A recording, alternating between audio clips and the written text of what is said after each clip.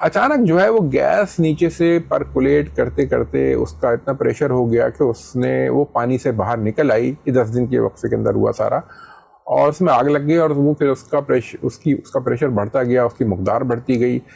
تو تقریباً اس کا اندازہ یہ لگایا جا سکتا ہے کہ تقریباً 250 سے 300, کچھ لوگ 400 پاؤنڈ پر اسکوائر انچ کے حساب سے کہہ رہے ہیں کہ اس کا پریشر ہے.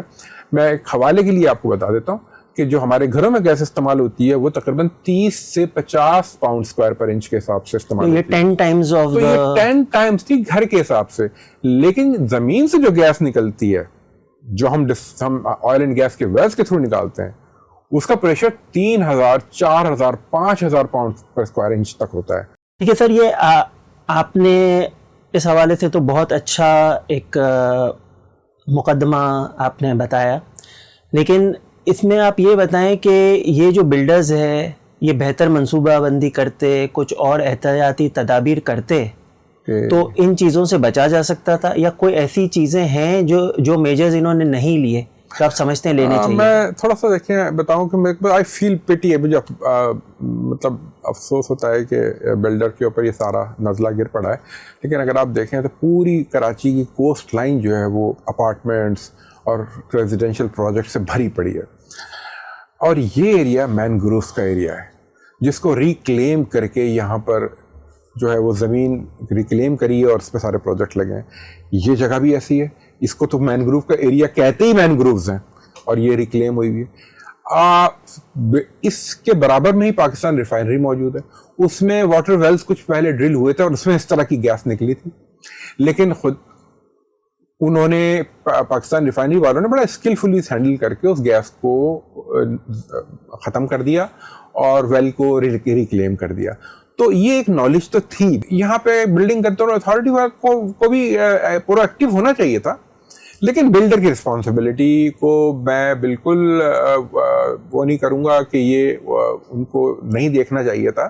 ان کو ایک چھوٹا سا سروے کرنا چاہیے تھا. اس کے سرویز اویلیبل ہوتے ہیں کہ یہاں پر اس علاقے میں شیلو گیس کے کیا امکانات ہیں, کیونکہ شیلو گیس ہیزرڈ جو ہوتی ہے نا بڑی خطرناک ہوتی ہیں. لیکن لگ یہ رہا ہے کہ یہ چھوٹا پاکٹ نہیں ہے, کوئی زیادہ بڑا پاکٹ ہے. یعنی اگر یہ سمجھ لیں کہ 100 بائی 100 میٹر کا پاکٹ نہیں ہے, ہو سکتا ہے یہ 3 کلومیٹر بائی 3 کلومیٹر کا, یعنی کہ 9 اسکوائر کلومیٹر کا پاکٹ ہے. ایسے کمپاؤنڈز ہمیں ملے ہیں جو کہ صحت کے لیے بڑے ڈینجرس ہو سکتے ہیں, جس میں بینزین ہے, ٹولوئین ہے, آکسیلین ہے, ٹیٹرا کلورو ایتھین ہے, جو کہ انڈسٹریل ویسٹ ہوتا ہے بیسیکلی. وہ یہاں پہ پانی کے اندر آیا ہے, کس طرح وہ زمین کے اندر نیچرلی نہیں پایا جاتا ہے. اسی طریقے سے باقی کانسٹیٹیوئنٹس ہیں یہ نیچرلی پائے جاتے ہیں. بیسیکلی گورنمنٹ سندھ کے کنٹرول میں ہے ساری چیزیں, بلڈنگ کنٹرول اتھارٹی سے لے کے سندھ انرجی کمپنی ہے, سندھ پیٹرولیم کمپنی ہے. کمشنر کراچی انہوں نے اپروچ کیا منسٹری آف پیٹرولیم کو, کیونکہ ان کے پاس کیپیبلٹی نہیں تھی. منسٹری آف پیٹرولیم جو کہ فیڈرل ادارہ ہے, اس نے پاکستان پیٹرولیم کو یہ مینڈیٹ دیا ہے کہ وہ اس کے اوپر کارروائی کریں, اس گیس کو نہ صرف بجھائیں بلکہ اس ویل کو سیل کر دیں, اور اس طرح سیل کریں کہ اس میں سے گیس کا اخراج بالکل بھی نہ ہو سکے. اس میں جس کا واٹر انالیسس ہوا ہے, جو واٹر اس کے ساتھ آ رہا ہے, اس کا جو انالیسس ہوا ہے اس میں کچھ ایسے کمپوننٹس ہیں جو کہ انسانی صحت کے لیے مضر ہیں.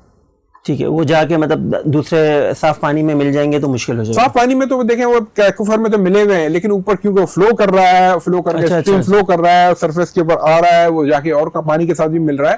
لیکن پرابلم یہ ہے کہ وہ گیس کے ساتھ برن بھی ہو رہا ہے. تو میں خود پرسنلی وہاں پہ کئی دفعہ جا چکا ہوں, وہ آپ you can feel the smell of the of the burning of those components. اگر زمین کے اندر ہم تیل اور گیس کی جو تلاش کرتے ہیں تو میتھین کے ساتھ ہمیں ایک اور گیس ملتی ہے ایتھین, پھر ہمیں ملتی ہے پروپین اور بیوٹین. یہ پروپین اور بیوٹین جو ہے نا یہ LPG ہوتی ہے, اور پھر بیوٹین کے بعد ہمیں جو اور مالیکیولز ملتے ہیں جیسے ہیگزین, پینٹین ہوتی ہے, ہیگزین ہوتی ہے, یہ آئل کی طرف چلے جاتے ہیں آپ کو. تو وہ آئل جو ہے وہ پانی کے اندر ضرور, جب انہوں نے پانی کا انالیسس کرایا تو اس پانی میں پینٹین, ہیگزین اور دوسرے قسم کے جو ہائیڈرو کاربن کے, اس کو ہم الکین سیریز بولتے ہیں, ان کی موجودگی ضروری تھی. تو وہ نہیں ملے, لیکن کو مل کیا گیا؟ ان کو ملی بینزین, ان کو ملی ٹولوئین, ان کو ملی آکسیلین, ان کو ملی ٹیٹرا کلورو ایتھین. اب یہ کمپاؤنڈ جو ہے یہ بڑے ہیوی کمپاؤنڈ ہوتے ہیں, جو بیچ کے جو کمپاؤنڈز ہیں وہ مسنگ ہیں, وہ کہاں چلے گئے؟ تو اس لیے اس کا یہ اندازہ لگایا جا رہا ہے کہ یہ جو کمپوننٹس ہیں, یہ انڈسٹریل فضلہ جو ہوتا ہے, یہاں پہ بہت ساری انڈسٹریز لگی ہوئی ہیں, یہاں پہ پاکستان ریفائنری کی بھی اپنی انسٹالیشنز ہیں, ہو سکتا ہے جو ان کا جو ویسٹ پروڈکٹس ہوں, ہو سکتا ہے وہ بھی یہاں پہ جا رہے ہوں. پیارل ویسل ایک بہت رسپانسبل کمپنی ہے, لیکن یو نیور نو کہ ان کا بھی کچھ, مطلب بیسکلی آپ یہ کہہ رہے ہیں کہ جو انڈسٹریل ویسٹ ہے وہ زمین نے جو اس نے جو زمین میں جو پانی کے جو ذخائر ہوتے ہیں اس کو ہم ایکوفر بولتے ہیں, اور وہ ایکوفر جو ہے وہ کنٹامینیٹ ہو چکا ہے. اچھا موین صاحب, ہم نے بات کی تھی مینگروف کی, تو اور آپ نے کہا تھا کہ مینگروف جو ہے وہ میتھین گیس پروڈیوس کرتا ہے. تو یہ جو گیس ابھی ہماری اس میں سے نکل رہی ہے ویل میں سے, تو یہ کیا بایوجینک ہے یا تھرموجینک ہے؟ بایوجینک گیس میں اور تھرموجینک گیس میں سب سے جو بنیادی فرق ہے نا, وہ یہ ہوتا ہے کہ بایوجینک گیس جو ہوتی ہے وہ بہت تیزی کے ساتھ جنریٹ ہو سکتی ہے. یعنی کہ آرگینک میٹر ہوتا ہے, اس آرگینک میٹر کے ساتھ بیکٹیریا جو ہیں وہ ریئیکٹ کرتے ہیں اور وہ اس کو میتھین میں کنورٹ کر دیتے ہیں. دو قسم کے بیکٹیریا ہوتے ہیں, ایک سلفیٹ ریڈیوسنگ بیکٹیریا ہوتا ہے, ایک میتھوجنز ہوتے ہیں, اور وہ کنورٹ کر دیتے ہیں اس کو. اور یہ جیولوجیکلی اسپیکنگ یہ سیکنڈ ڈو کا پروسیس ہوتا ہے. اور دنیا بھر میں بایوجینک کے ڈپازٹس ہیں, اور بہت ہیوج ڈپازٹس بھی ہیں, اور چھوٹے چھوٹے پاکٹس ہوتے ہیں. چھوٹے پاکٹس تو بہت عام ہیں. اب لیکن اب یہ تھرموجینک ہے, بایوجینک ہے, اس کا پتہ کرنے کا طریقہ یہ ہوتا ہے کہ گیس کا سیمپل یہ جلد از جلد کلیکٹ کریں, اور اس کا آئسوٹوپک انالیسس کریں. ہائیڈروجن کاربن آئسوٹوپک انالیسس ہوتا ہے, وہ بالکل کلیئرلی واضح طور پہ بتا دیتا ہے کہ گیس بایوجینک ہے یا تھرموجینک ہے. بایوجینک ہے تو ہے, مطلب سرفیس سے, مطلب اب ہم نہیں سمجھ سکتے کہ یہ کوئی بہت بڑے ذخائر ہوں گے نیچے زمین کے اندر. لیکن اگر یہ گیس تھرموجینک ہے تو پھر یہ زمین کی گہرائی سے آ رہی ہے. کوئی ڈپازٹ زمین کے اندر موجود ہے کسی جگہ پہ جو لیک ہوا ہے, بریچ ہوا ہے, اور وہاں سے نکل کے یہ اوپر ان لینٹیکولر سینڈ باڈیز میں کوسٹ لائن کے ساتھ ساتھ یہ اس کے اندر ایکومولیٹ ہو گیا ہے. تو ایسا ہے کہ اس ایریا کو میں نے سجیسٹ کیا تھا کہ بہت سارے سروے ہوتے ہیں, میگنیٹو ٹیلورک سروے ہوتا ہے, ریزسٹیوٹی ٹوموگرافی سروے ہوتا ہے, جو میں نے بلڈر کو بھی سجیسٹ کیا تھا تاکہ اس کی کریڈیبلٹی بہتر ہو سکے, تاکہ اس کو پتہ لگ سکے. وہ سروے سے یہ ہوتا ہے کہ اس کی ایکسٹینٹ, یعنی کیا اس کی وسعت ہے, کہاں تک یہ زمین کے اوپر جا رہا ہے, اور کتنا یہ تھک ہے, کتنی موٹائی ہے اس کی. اس لینٹیکولر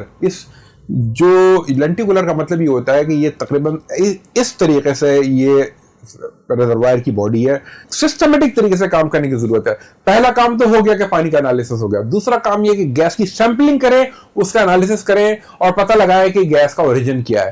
پھر تیسرا کام یہ ہے کہ یہاں پر ایک ایسا سروے کریں جو کہ شیلو گیس, یعنی 300-400 میٹر کی گہرائی میں جو گیس آئی ہے, یہ اس کی کیا ایکسٹینٹ ہے, کہاں تک اس کی پھیلاؤ ہے.